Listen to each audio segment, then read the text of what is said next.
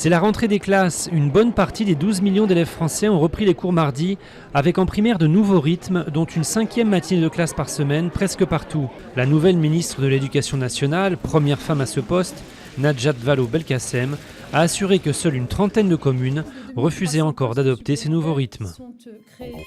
La contre-offensive s'intensifie contre les djihadistes. Soldats irakiens, forces kurdes et miliciens chiites, appuyés par des frappes américaines, ont repris 2 localités à l'État islamique après avoir brisé le siège de la ville chiite d'Amerli. À Genève, le Conseil des droits de l'homme de l'ONU a décidé à l'unanimité d'envoyer une mission pour enquêter sur les crimes de l'État islamique. L'armée ukrainienne cède du terrain. Kiev a dû laisser aux séparatistes l'aéroport de Lugansk après des tirs d'artillerie qui proviendraient de troupes russes. Les forces ukrainiennes semblent également avoir abandonné sans vraiment combattre une vaste zone entre Donetsk et Mariupol. Kiev accuse Moscou de déclencher une grande guerre.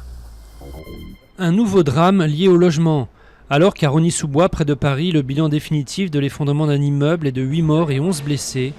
À Lille, une mère et son enfant de 3 ans ont été retrouvés morts lundi soir dans les décombres de leur maison effondrée.